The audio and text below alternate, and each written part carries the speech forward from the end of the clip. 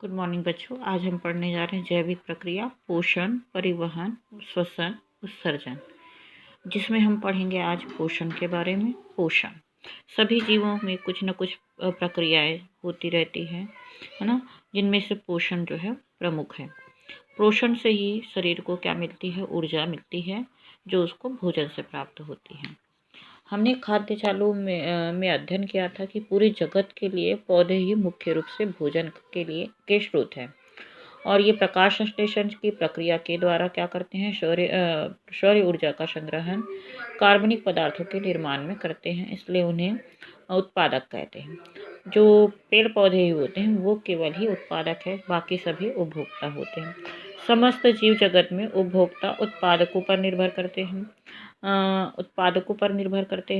उत्पादकों और उपभोक्ताओं की जैविक प्रक्रियाओं में समानता के साथ साथ कुछ अंतर भी होते हैं। पोषण की प्रक्रिया में जैसे, है ना, तो अधिकांश पौधों में पोषण का पहला चरण कुछ सामान्य पदार्थों से शुरू होता है, जैसे कार्बन डाइऑक्साइड, पानी आदि। और इसके विपरीत अधिकांश जंतुओं का पोषण जटिल पदार्थों जैसे कार्बोहाइड्रेट, प्रोटीन आदि से शुरू होता है। पौधों और जंतुओं में पोषण और उससे संबंधित अन्य जैविक क्रियाओं के लिए विशेष अंगों की व्यवस्था होती है। अब हम पढ़ेंगे अंग तंत्र का विकास। हम यहाँ पर देख रहे हैं, एक ग्राफ देख रहे हैं। ग्राफ में बताया है कोशिका का व्यास और सतही क्षेत्रफल का आयतन। ठीक है, तो इसमें हम ये देख रहे हैं ग्राफ में कि एक कोशिकीय जीव का आकार बढ़ता जाता है तो उसका सतही क्षेत्रफल और आयतन का अनुपात घटता जाता है। ऐसी स्थिति में उनको जीवित रहने के लिए आवश्यक संसाधन पर्याप्त में नहीं मिल पाते। ऐसे ही परिस्थितियां बहुकोशिकीय जीवों में भी होती है। जैसे जैसे उनका आकार बढ़ता जाता है, किसी विशेष व्यवस्था के बगैर उनकी सभी कोशिकाओं तक संसाधन नहीं पहुंच पाते। यह है कि कोशिका जीवों के शरीर की सभी कोशिका बाह्य वातावरण में सीधे संपर्क में नहीं रहती। उन्हें पर्याप्त संसाधन में नहीं मिल सके और उनका उपयोग नहीं कर पाए, जिससे ये कुशलतापूर्वक तेजी से कार्य कर सके। इसके लिए कुछ व्यवस्थाएं होती हैं, है ना। तो ये है अंग तंत्रों का विकास के बारे में हम देख रहे हैं। उसके बाद हम देखेंगे मनुष्य में जैविक प्रक्रिया। तो मनुष्य की जैविक प्रक्रिया कैसे होती है, इसके लिए हम सबसे पहले देखेंगे भोजन के अवयवों का उपयोग शरीर को हमेशा ऊर्जा से भरपूर बनाए रखने में होता है। साथ ही शरीर की वृद्धि, मरम्मत करने, तापमान बनाए रखने में भी ऊर्जा की आवश्यकता होती है। ऊर्जा भोजन के अवयवों जैसे कार्बोहाइड्रेट, प्रोटीन एवं वसा के अपघटन से प्राप्त होती है ना। इसके बारे में हम पिछली कक्षाओं में भी पढ़ चुके हैं। और कई अन्य पदार्थों की ज़रूरत हमारे शरीर को होती है, जैसे कि पानी, लवण, विटामिन आदि। आमतौर पर पाचन की प्रक्रिया द्वारा इन सभी की मात्रा रक्त में बनी रहती है। इससे शरीर की अलग अलग प्रकार की कोशिकाओं की ज़रूरत की आपूर्ति होती है।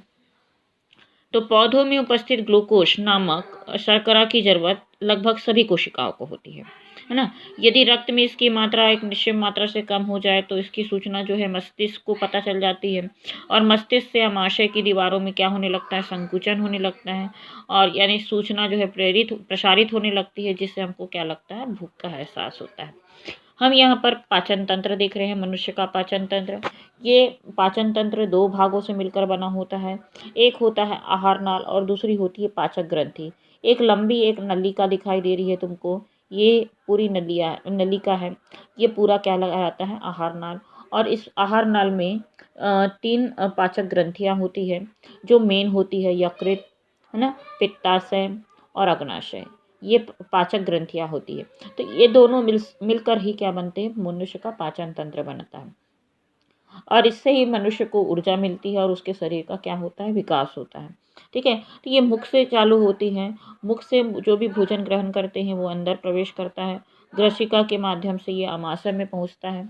अमाशय जो है ये सबसे आहार नल का सबसे बड़ा भाग होता है। अमाशय में आने के बाद भोजन का पाचन होता है, और पाचन होने के बाद ये छोटी नलिका ये यू आकार की नलिका दिखाई दे रही है। तो ये यू आकार की नलिका से लेकर ये पूरा जो गुच्छा छोटा सा दिखाई दे रहा है, ये छोटी आंत का होता है। ये सबसे बड़ी नली होती है।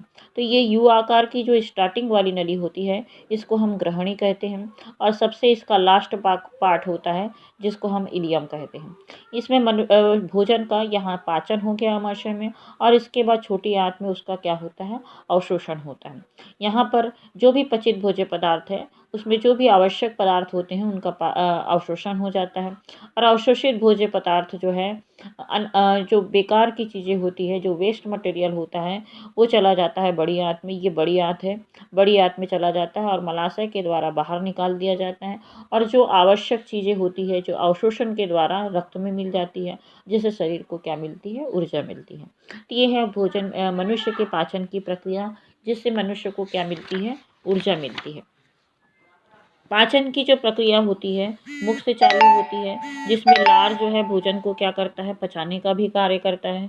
ठीक है, और लार उसको क्या करता है, लसलसा बनाता है, जिससे कि वो क्या होता है, आसानी से आगे की तरफ बढ़ते जाता है।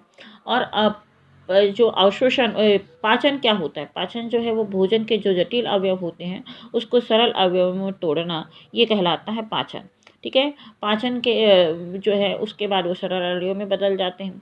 इस प्रकार से भोजन का पाचन हो जाता है। उसके बाद पाचन तंत्र का के अंदर में जो ये होती है, आहार नाल के साथ साथ पाचक ग्रंथियाँ होती है। ये पाचक ग्रंथियाँ 3 होती है, मैं बताई थी। इनमें से सबसे पहली होती है यकृत, अग्नाशय और पित्ताशय।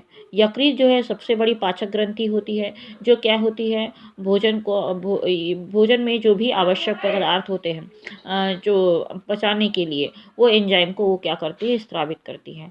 अग्नाशय जो है ये भी एक पाचक ग्रंथि है। ये अग्नाशयी रस को क्या करती है, देती है, जिससे भोजन क्या क्या होता है, पाचन होता है।